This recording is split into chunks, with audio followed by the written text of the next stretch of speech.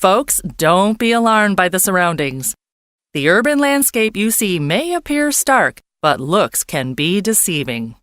We're entering the Wynwood Arts District and the starting point of the graffiti tour. They see me rolling, they hating, patrolling and trying to catch me riding dirty. The Wynwood District is the epicenter of the arts in Miami. Founded in 2003, the district is home to over 50 art galleries, museums, and major collections, perhaps the most well-known being the Rebel Gallery. Housed in a warehouse that once served as a drug enforcement storage facility for items seized from drug smugglers, the Rebel family collection contains works by artists including Keith Haring, Jean-Michel Basquiat, and Cindy Sherman, to name a few. While there are many examples of amazing street art throughout the district, the area is also home to the Wynwood Walls, a permanent collection of outdoor graffiti murals. The walls, as they're called, were conceived by the late community revitalizer Tony Goldman in 2009.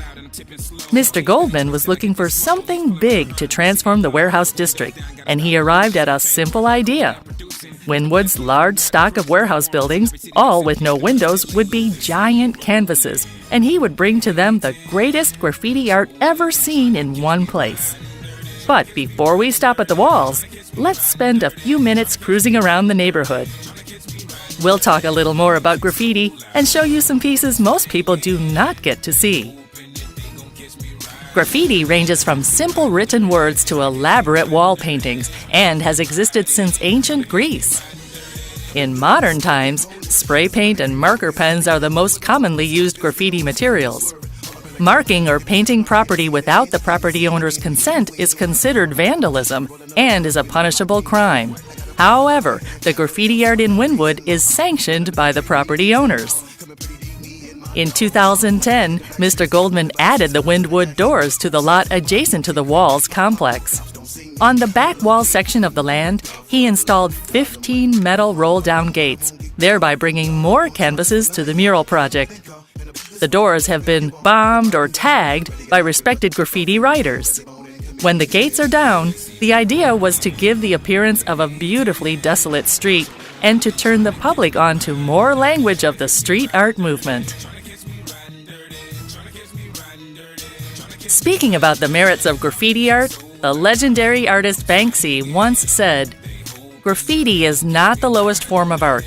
Despite having to creep around at night and lie to your mom about what you're doing, it's actually one of the most honest art forms available.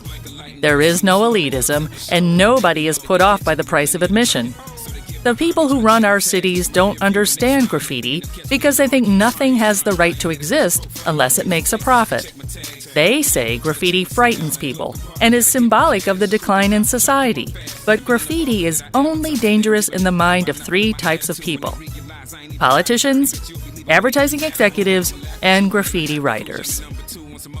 The people who truly deface our neighborhoods are the companies that scrawl giant slogans across buildings trying to make us feel inadequate unless we buy their stuff. They expect to be able to shout their message in your face from every available surface, but you're never allowed to answer back. Well, they started the fight, and the wall is the weapon of choice to hit them back. Some people become cops because they want to make the world a better place. Others become vandals because they want to make the world a better-looking place.